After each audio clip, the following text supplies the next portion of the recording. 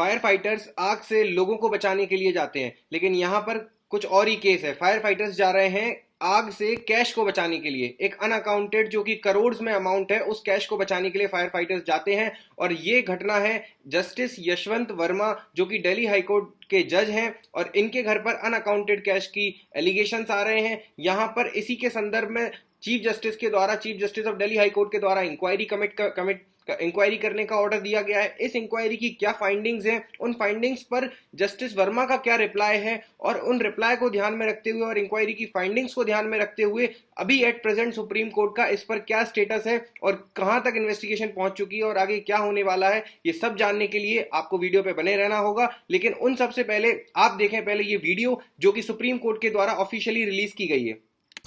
ये लिया बेटा।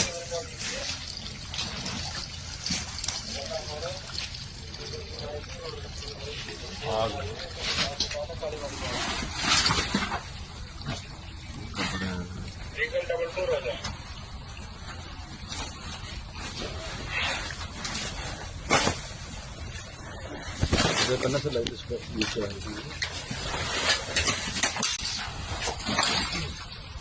सब कर देखा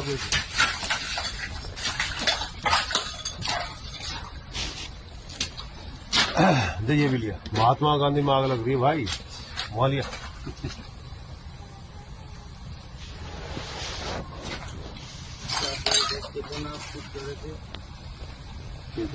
ये भी लिया बेटा।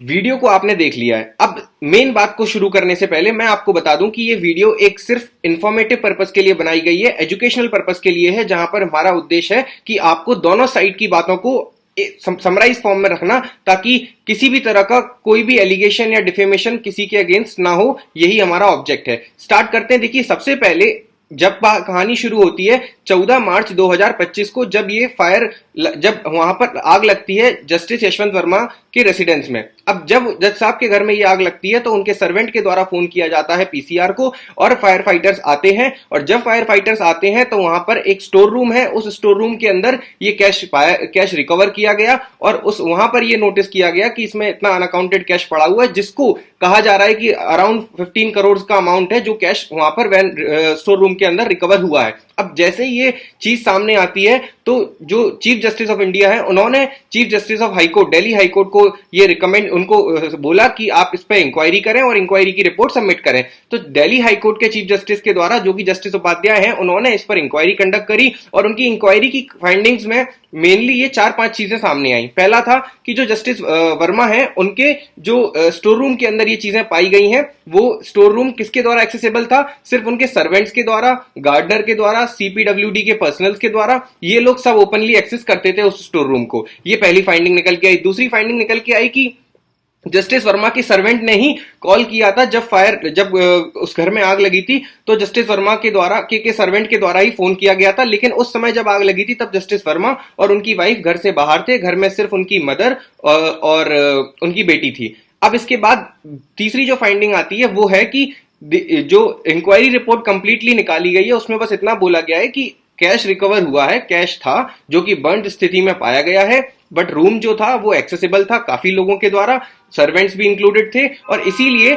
उनका ऐसा सजेशन है सीजेआई की ओर कि इसमें फर्दर डीपर इन्वेस्टिगेशन जरूरी है। तो इसीलिए यहां पर अभी मेरी प्राइमा फेसी इंक्वायरी पर रिलाई करना इज नॉट सफिशिएंट। तो इस कारण से अब जब ये इंक्वायरी रिपोर्ट आई तो इस पर रिप्लाई भी दिया है जस्टिस वर्मा का। तो जस्टिस वर्मा ने इस इंक्वायरी रिपोर्ट पर क्या रिप्लाई पेश किया, उसको हम 4-5 पॉइंट में कवर करते हैं। सबसे पहला उन्होंने कहा कि ये जो एंटायर कैश जो आपने स्टोर रूम में जो देखा गया है, जो बर्न्ड स्थिति में देखा है, वो कैश मेरे द्वारा, उसमें मेरा कोई भी इन्वॉल्वमेंट नहीं है। ये एक मेरे अगेंस्ट कॉन्स्पिरेसी रची गई है और किसी ने ये प्लांट किया है और मुझे इस तरह से फंसाया जा रहा है, पहला। दूसरा, उन्होंने बोला कि वो जो स्टोर रूम है वो हर किसी के द्वारा एक्सेसिबल है, उसमें कोई सेफ्टी सिक्योरिटी वाला इशू है नहीं। तो जिस कारण से यहां पर बहुत इजी है किसी भी तरह से मुझे कॉन्स्पिरेसी में फंसाना, क्योंकि वो सर्वेंट्स, गार्डनर्स, हर कोई उस रूम को, वो एक स्टोर रूम है जहां पर नॉर्मल वेस्ट आइटम उनका पड़ा रहता है, तो इसीलिए वो हर किसी के द्वारा एक्सेसिबल है और इसी कारण से उनको फंसाया जा रहा है। ये पूरा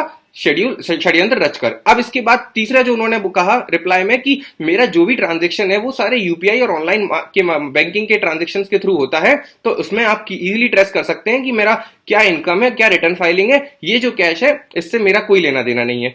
चौथी चीज वो कहते हैं कि स्टोर रूम के अंदर जो विसिनिटी है स्टोर रूम की वो उनकी रेसिडेंस से डिस्कनेक्टेड है। जो उनका मेन लिविंग एरिया है उस लिविंग एरिया से स्टोर रूम काफी अलग है और इसीलिए वो उनके रेसिडेंस का पार्ट वो नहीं मानते हैं, तो वो इसलिए उसको अपने आउट हाउस के बाहर से डिस्कनेक्ट कर रहे हैं, जिस कारण वो ये उनका ऐसा कहना है कि इसमें मेरा कोई एक्सेस नहीं है, कोई कंट्रोल नहीं है, जिस कारण से इसमें यहाँ पर ऐसी तरह की कॉन्स्पिरेसी हो पाई है। उसके बाद उन्होंने कहा है ये सारे एलिगेशंस जो मेरे अगेंस्ट लगाए जा रहे हैं वो दरअसल एक डिफेमेशन के ग्राउंड्स है और मुझे सिर्फ डिफेम किया जा रहा है इन सारे एलिगेशंस को लगाकर, इसमें मेरा कोई इन्वॉल्वमेंट नहीं है, ना ही मेरे किसी फैमिली मेंबर ने ऐसा कोई भी कैश देखा है और ना कभी इस तरह के कैश को स्टोर रूम में से निकालना या अंदर डालना, ऐसा किसी भी तरह की प्रक्रिया को उन्होंने कोई नोटिस नहीं किया, ना उनके फैमिली मेंबर को इसके बारे में कोई नॉलेज है। ठीक है, ये है इनका रिप्लाई। अब जब इंक्वायरी रिपोर्ट आई तो वहां पर जस्टिस उपाध्याय ने इंक्वायरी रिपोर्ट दी, chief justice of Delhi high court, उसमें इनका ये रिप्लाई है जस्टिस यशवंत वर्मा का।